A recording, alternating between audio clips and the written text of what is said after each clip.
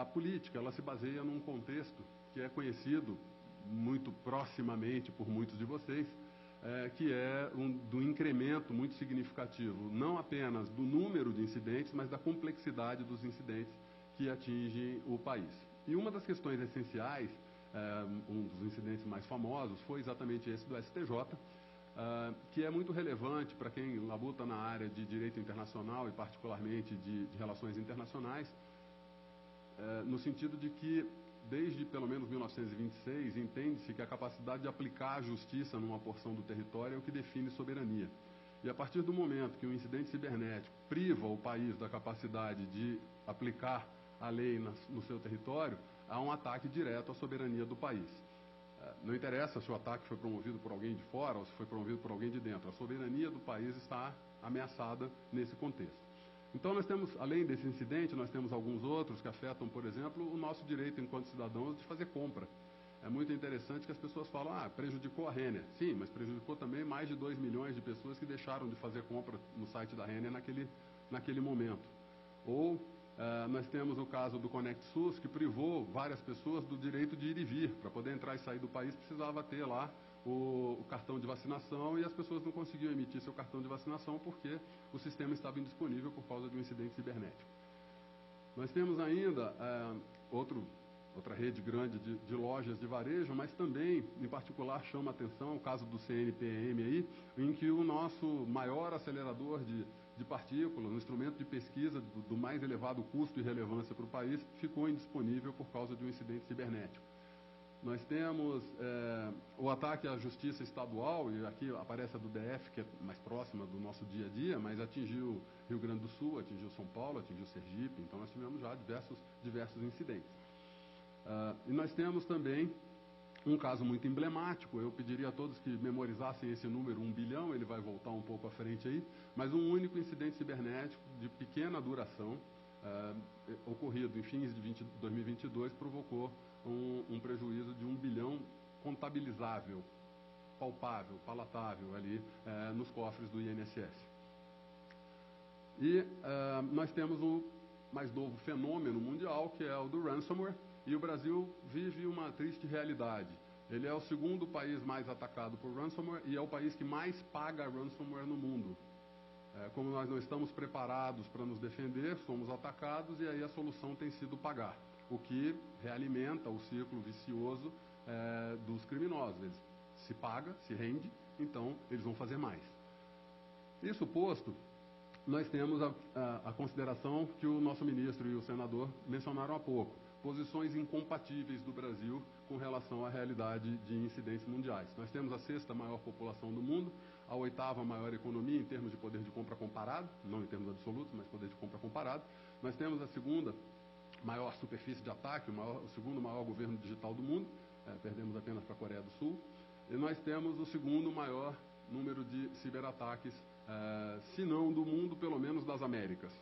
Esse número é questionável, depende do Instituto de Pesquisa, mas é um número muito significativo. E, no entanto, nós ocupamos a 18ª posição no índice internacional de cibersegurança. Um país que tem uma superfície de ataque, um nível de oferta significativo como o nosso, de serviços, e que tem uma cultura de cibersegurança tão baixo, tão ínfimo, pode ser claramente um safe haven, né? Um paraíso para aqueles que pretendem cometer cibercrimes. Bom, a nossa proposta, ela tem como modelo um conjunto de ideias que nasceram na Europa. Por que nós escolhemos esses países? Porque são aqueles que institucionalmente e culturalmente são mais próximos, no arco dos países mais desenvolvidos, são aqueles mais próximos da nossa cultura, do nosso modelo institucional. Mas nós, além de usarmos o modelo NIS2, que é recente, é de dezembro do ano passado, adotado pela União Europeia, nós também nos preocupamos com o modelo da UIT, né, a União Internacional de Telecomunicações, que é um órgão da ONU, e nos preocupamos com o modelo de Oxford, de maturidade de Oxford, que foi o modelo utilizado para a avaliação das capacidades brasileiras, adotado pela OEA, a Organização dos Estados Americanos, há alguns anos, para avaliar a América Latina como um todo. O formato é de um sistema nacional, o nosso ministro mencionou isso há pouco, que prevê 3 instituições, 3 órgãos com diferentes funções. Um deles um comitê supervisor que avalia e sugere medidas a serem adotadas pela agência, a agência centralizadora, que é o órgão executivo, e um gabinete de crise, porque partimos do princípio que, por melhor que venha a ser a nossa segurança, por melhor que venha a ser a nossa cultura de proteção, incidentes ocorrerão, crises aparecerão e nós vamos ter que resolvê-las e atuar sobre elas. Nessa lógica, está prevista a existência de um gabinete de crise que pode, inclusive, escalar a situação para o Conselho Nacional de Defesa e acionar o presidente da República no caso de um incidente de graves proporções. Isso tudo já faz parte do nosso projeto. Bom, a meta é dotar o Brasil de um arcabouço compatível internacionalmente. Nossos colegas do Ministério das Relações Exteriores aqui vão fazer comentários a respeito. Nós temos agora alguns acordos internacionais aos quais nós aderimos e nós temos obrigações a cumprir com relação a esses acordos. Então, nós temos que estar preparados para poder atuar adequadamente nesse contexto. E o interesse antigo do Brasil é de ter a condição de ser um fazedor de normas e não apenas um tomador de normas. Nós queremos poder participar dos fóruns internacionais, dos debates internacionais, mas para isso nós precisamos ter maturidade, nós precisamos ter uma estrutura compatível. Então, esses aí são os pontos essenciais. Os nossos eixos estruturantes são 3. Muita gente se preocupa quando a gente fala na existência de uma agência, porque, mais uma agência reguladora, mais um instrumento de cobrança. Bom, a proposta, ela começa da cooperação. Eu já mencionei há pouco, cooperação é o elemento essencial para a cibersegurança. Nenhum país se defende sozinho, nós precisamos cooperar internacionalmente, nenhuma instituição internamente se defende sozinha. Nós precisamos ter a cooperação de diversas entidades. No entanto, apenas a cooperação não resolve. Nós precisamos de regulação. Nós temos aí, o colega do TCU deve comentar, eles criticam, tem um relatório emitido publicado em julho do ano passado, em que eles apontam a falta de coordenação entre as diferentes instâncias dos órgãos governamentais. Nós temos iniciativas da Justiça, nós temos iniciativas no Legislativo, nós temos iniciativas no Executivo, mas essas iniciativas elas não são coordenadas, elas não são sincronizadas, porque apenas a cooperação, como eu dizia, não é suficiente para garantir isso. Então, um dos outros objetivos, nosso segundo grupo de objetivos, é exatamente de ter um órgão capaz de fazer uma regulação que possa passar pelo escrutínio dos diversos órgãos da sociedade, de diversos entes da sociedade, daí a existência do comitê. Então, a agência não pretende ser apenas um cuspidor de regras, mas sim um órgão que vai ter uma supervisão, um debate para avaliar se aquelas regras podem ou não ser implementadas e como podem ou não ser implementadas. E, por fim, nós temos a necessidade de controle. O controle parte do princípio de que a regulação por si só não funciona. Nós tentamos convencer as pessoas, nós tentamos convencer as instituições, nós temos regras, mas muitas vezes as regras não são cumpridas. Na cultura brasileira, e uma das preocupações nossas na adaptação dos modelos estrangeiros para o Brasil, é entender a cultura, fazer uma adequação para a cultura brasileira. E nós temos aqui no Brasil um fenômeno da lei que pega e a lei que não pega, né? É parte da nossa realidade. Então, nós precisamos ter um mecanismo de controle que assegure que aquela lei que se pretende implementar seja de fato cumprida, seja de fato seguida. A estrutura toda do documento prevê que nós vamos fazer normas, essas normas supervisionadas por um comitê amplo, e uma vez que definiu-se uma norma de determinado nível de segurança para um determinado tipo de serviço essencial, busca-se um termo de cooperação, um termo de ajustamento de conduta, o famoso TAC. Então, nós vamos buscar estabelecer um planejamento, um determinado órgão jurisdicionado pode dizer, eu preciso de 2 anos para fazer uma implementação. Então, nós vamos estabelecer um termo de ajustamento de conduta, vamos acompanhar esse processo e, a partir do momento que se perceba algum desvio, entra a questão do controle para se fazer cumprir aquilo que foi acordado. Então, ao contrário do que algumas pessoas perceberam, a intenção não é simplesmente colocar a regra para começar a cobrar. É se colocar uma regra que busque elevar o nível de segurança e que se planeje de forma cooperativa a adequação daquela instituição àquela regra. E a partir daí, se houver, usar uma expressão popular, corpo mole daquele órgão, entrar com os instrumentos de cobrança e de controle para fazer valer o que foi acordado. Bom, isso posto, nós temos aí algumas características relevantes para demonstrar a urgência e relevância do tema. Já em abril de 2014, na esteira do caso Snowden, uma CPI do Senado, a CPI da espionagem eletrônica, disse que era necessária a criação, o debate de uma agência no âmbito do Poder Executivo Federal para poder regular a cibersegurança do país. Depois houve uma certa confusão sociopolítica e econômica no Brasil nesse período, de 2014 para cá, e em 2020 foi publicada a nossa eCiber. E a eCiber, a nossa Estratégia Nacional de Cibersegurança, ela tinha alguns defeitos. Ela foi uma iniciativa para tentar recolocar o tema na pauta, o tema da cibersegurança na pauta, mas ela tinha alguns defeitos. Ela foi implementada por decreto e, portanto, ela só tinha alcance no Poder Executivo Federal. E ela não tinha o suporte de uma política. Nasceu uma estratégia sem o suporte de uma política. Portanto, ela se torna um tanto quanto inócua. Em julho de 2022, eu mencionei um relatório do TCU que não sugere explicitamente uma agência, mas demanda a criação de uma estrutura, de um órgão, capaz de centralizar, que tenha ampla autoridade, capaz de centralizar as ações de segurança da informação e segurança cibernética. A União Europeia lançou a diretriz NIS 2, que apertou a margem de interpretação em relação à NIS 1 lá de 2016, com a intenção de tornar mais difícil para os Estados-membros da União Europeia fazerem corpo mole com relação à segurança de um desses Estados. Então, um caso emblemático era o caso que reportavam que os italianos e os espanhóis não estavam fazendo as coisas com o mesmo grau de seriedade dos franceses e dos britânicos. Então, era necessário apertar um pouco mais a regra para que a insegurança de um não comprometesse a segurança da coletividade. Então, seguindo mais ou menos essa linha, a gente percebeu a existência de uma situação similar aqui no Brasil. No relatório da transição de governo, no fim de dezembro, a palavra cibernética aparece uma única vez, mas aparece nessa frase, que o Brasil enfrenta riscos de segurança cibernética e de apagões na agenda de governo digital. Então, o novo governo percebeu, na análise que fazia do governo, que a gente estava um pouco descoordenado no sentido da segurança cibernética nacional, ou da cibersegurança, como eu prefiro chamar.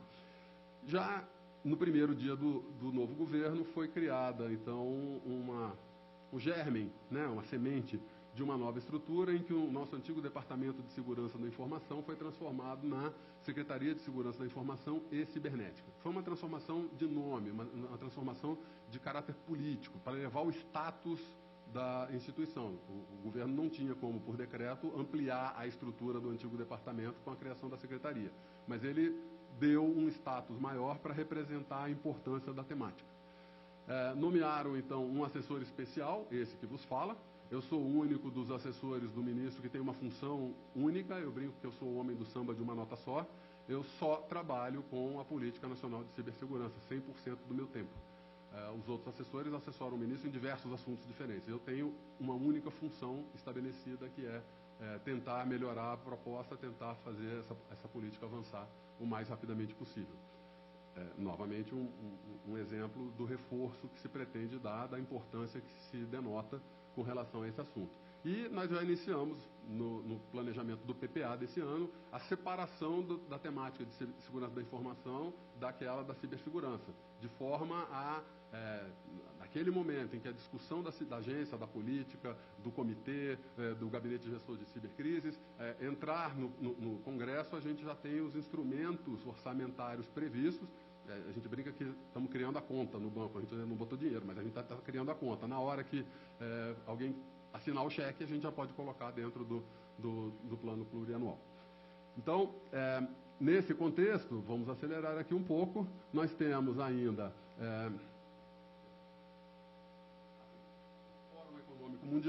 o Fórum Econômico Mundial, que aponta que a tecnologia vai desequilibrar ainda mais a relação entre os países, então as desigualdades vão se acentuar, as pessoas que têm condições de utilizar a tecnologia, as pessoas e os países vão se beneficiar disso, mas os países que não estiverem adequadamente preparados vão aumentar o gap tecnológico deles entre com os países avançados.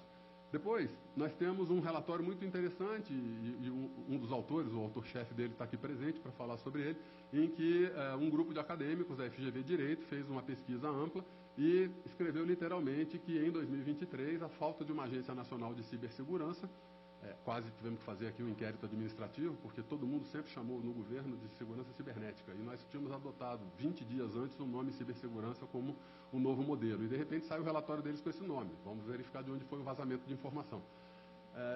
mas que não seria aceitável o Brasil, nesse momento, não ter essa agência. Então, nós queremos agora ouvir a opinião deles, depois de ter lido o relatório, para detalhar um pouco mais a discussão. E, por fim, nós temos alguns formadores de opinião, a Fiesp também aqui representada, a CNI também aqui representada, o Senado Federal, o TCU, todos aqui presentes. Infelizmente, o pessoal da Associação Brasileira de Estudos de Defesa não pôde vir, mas a FGV também está aqui representando o meio acadêmico. Como eu dizia na abertura, nós temos praticamente 100 órgãos representados aqui, inscritos para essa audiência, num universo de mais de 160 pessoas inscritas. Então, assim, é um tema que chamou a atenção, que movimentou grande parte da sociedade, e são órgãos muito representativos, como vemos aí. Nós temos uma discussão interessante, que foi uma mudança de abordagem dentro do GSI, com relação ao que nós estamos fazendo na política. A nossa lógica de serviços essenciais é diferente da lógica de infraestruturas críticas que o GSI trabalhava até recentemente, trabalha ainda. Mas ela não é antagônica. O que acontece é que os serviços essenciais, eles abarcam um conjunto de áreas, mas não abarcam outras áreas.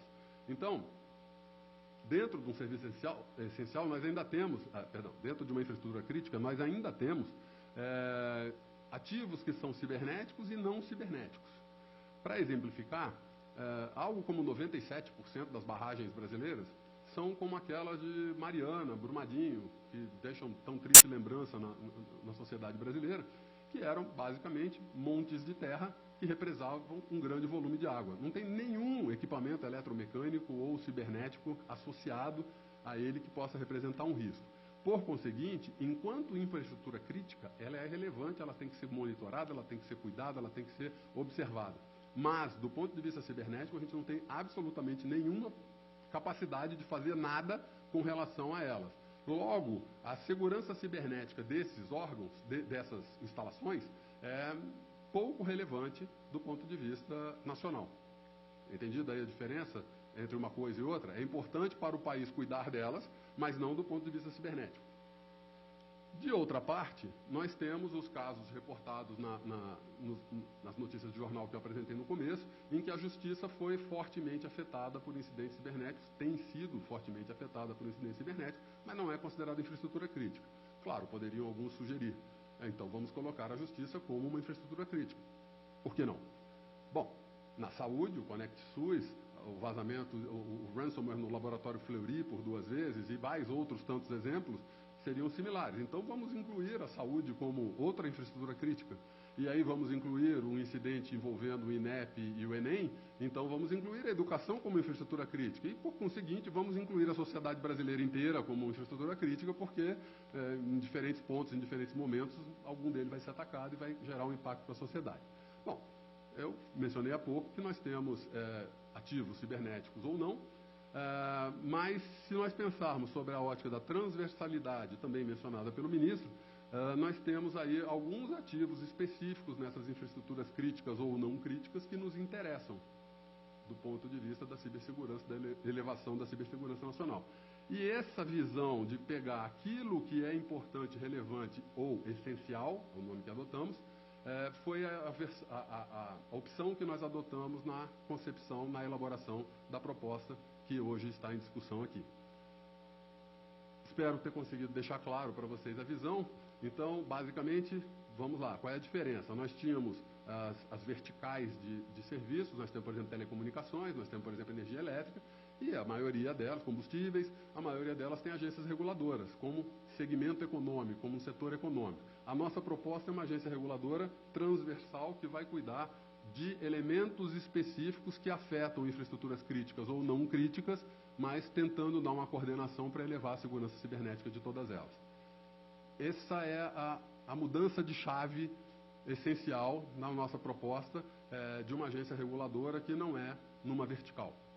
Bom, isso posto, temos aqui o nosso comitê, um comitê que apresenta uma representatividade muito interessante na nossa ótica, porque temos alguns órgãos do executivo específicos ali, alguns ministérios, nós temos alguns órgãos que são de governo, mas não são do executivo, como, por exemplo, a nossa querida Autoridade Nacional de Proteção de Dados, mas nós temos também o Conselho Nacional do Ministério Público, o Conselho Nacional de Justiça, não vou citar todos os nomes, e nós temos naquele grupo laranja lá 3 representantes de 4 grupos totalizando 12, que são grupos distintos relacionados à nossa área.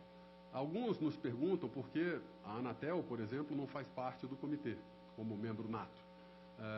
Bom, a gente poderia pensar nessa hipótese. Praticamente tudo da cibernética trafega pela Anatel. Então vamos colocar a Anatel ali. Só que se a gente olhar o mundo afora, o que acontece?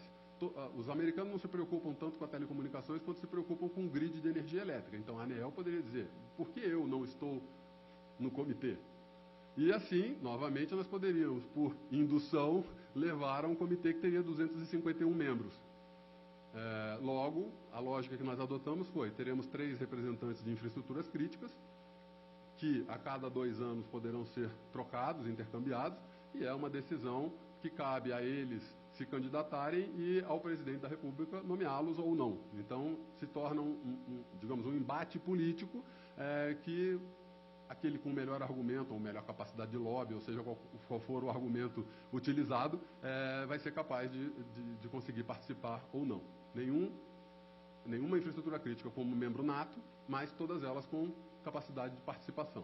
E, igualmente, nós teremos, por exemplo, instituições de pesquisa e tecnologia, basicamente universidades e centros de pesquisa, mas nós teremos também empresas.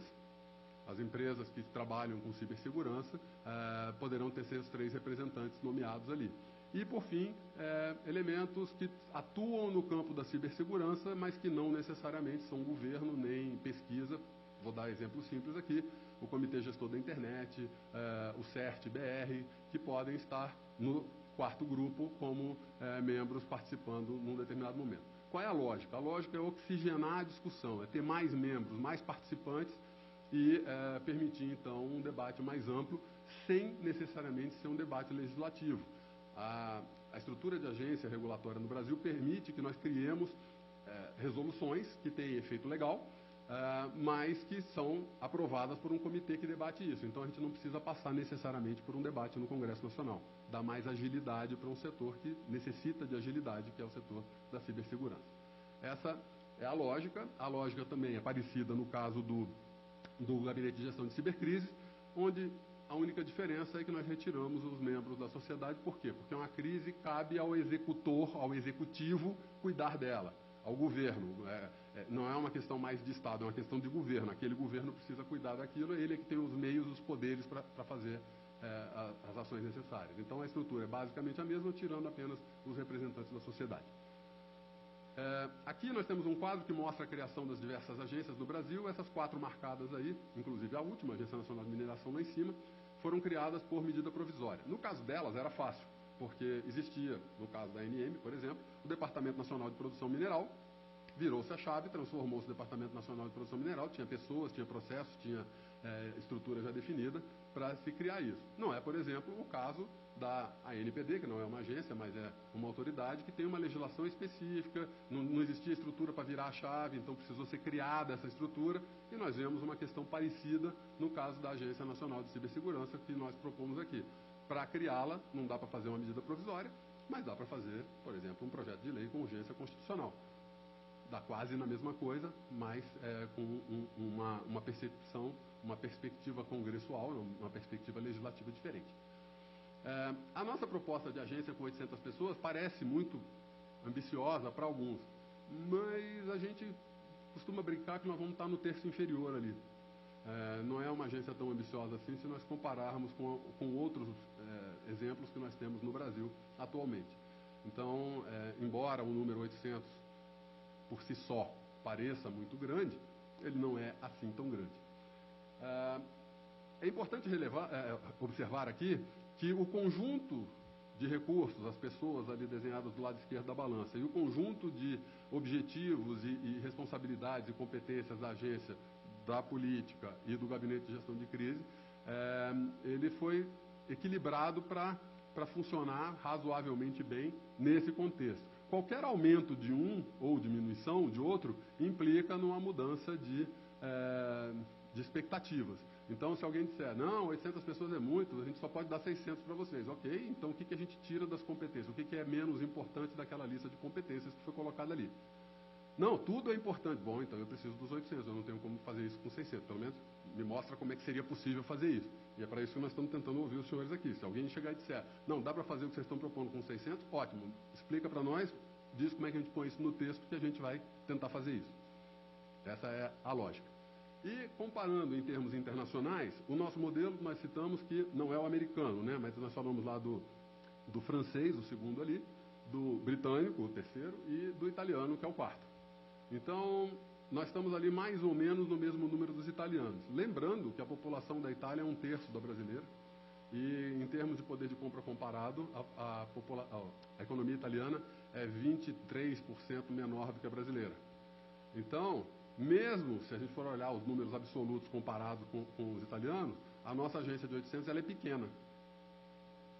800 para eles é mais do que 800 para nós, traduzindo em outras palavras. Então, nós não estamos aí com nenhuma proposta ambiciosa demais, como os números refletem.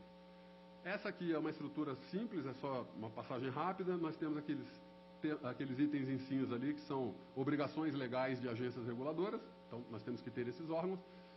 Em roxo, nós temos aí órgãos de assessoramento, uma pequena área de inteligência para monitorar os grupos de hackers, os grupos de debate, a dark web, etc. Os senhores conhecem bem a temática. E ela dispõe de apenas 5 diretorias operacionais, que são aquelas, uma direção geral, uma direção de regulação, uma diretoria de operações, uma diretoria de cibereducação, que é, no meu entendimento, eu venho do meio acadêmico, né, recentemente.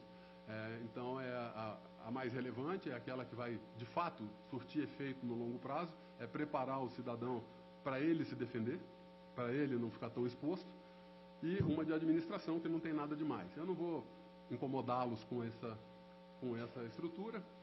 Nós temos aqui uma observação importante, que os 800 cargos criados são todos eles de nível superior, nós não criamos cargos de nível médio, e isso tem uma perspectiva muito pragmática.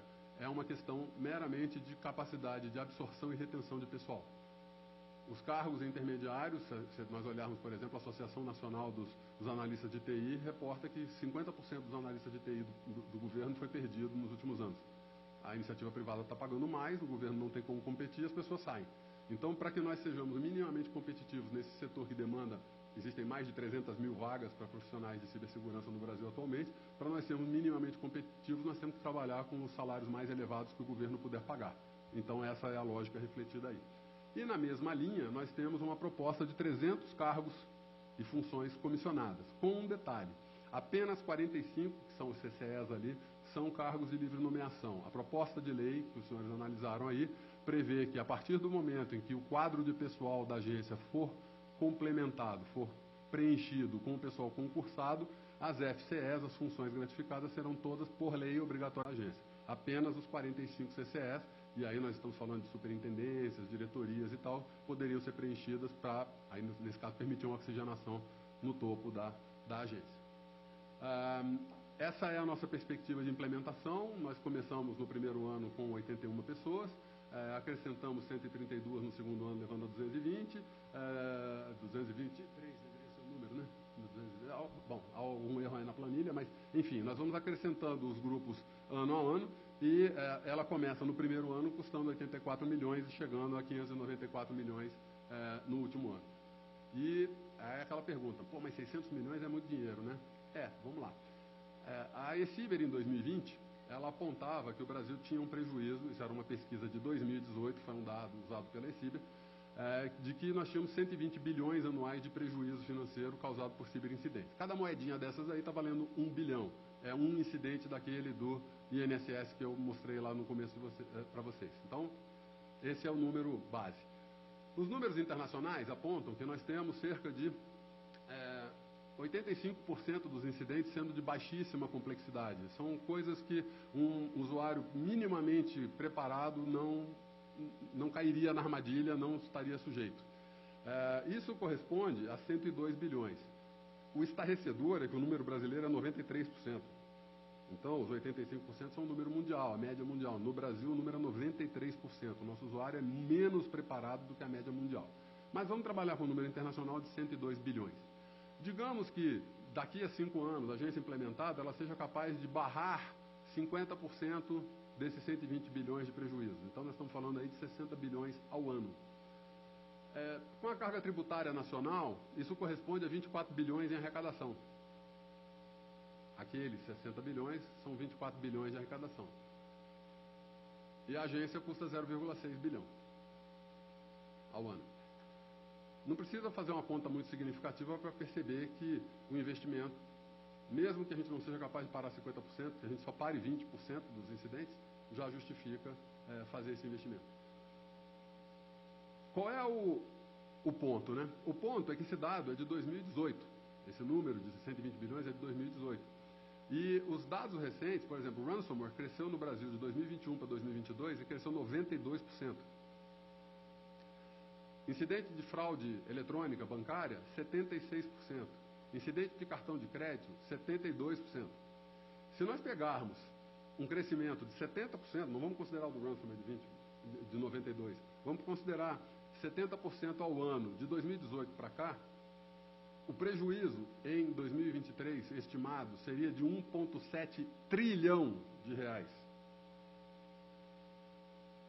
Então, esses números se tornam desprezíveis. Não daria para ver a meia moeda azul da agência numa escala de 1,7 trilhão aqui. Esse é o exemplo do que eu tenho chamado do custo de não fazer. Mesmo que a agência seja capaz de apenas reduzir em 20% esse crescimento médio de 70% que nós temos ao ano, ao longo de 5 anos isso vai ser responsável por mais de 800 bilhões de economia para o país. Se a agência for capaz de fazer apenas 20%, conter apenas 20% do crescimento, ao invés de crescer 70% ao ano, crescer 50% ao ano. Essa economia de 20% representa 800 bilhões de reais na economia brasileira ao longo de 5 anos. Uma economia bastante substancial, quando a gente está falando de um custo de 600 milhões. Né? Nós estamos falando de alguma coisa acima de 1000 vezes a menos.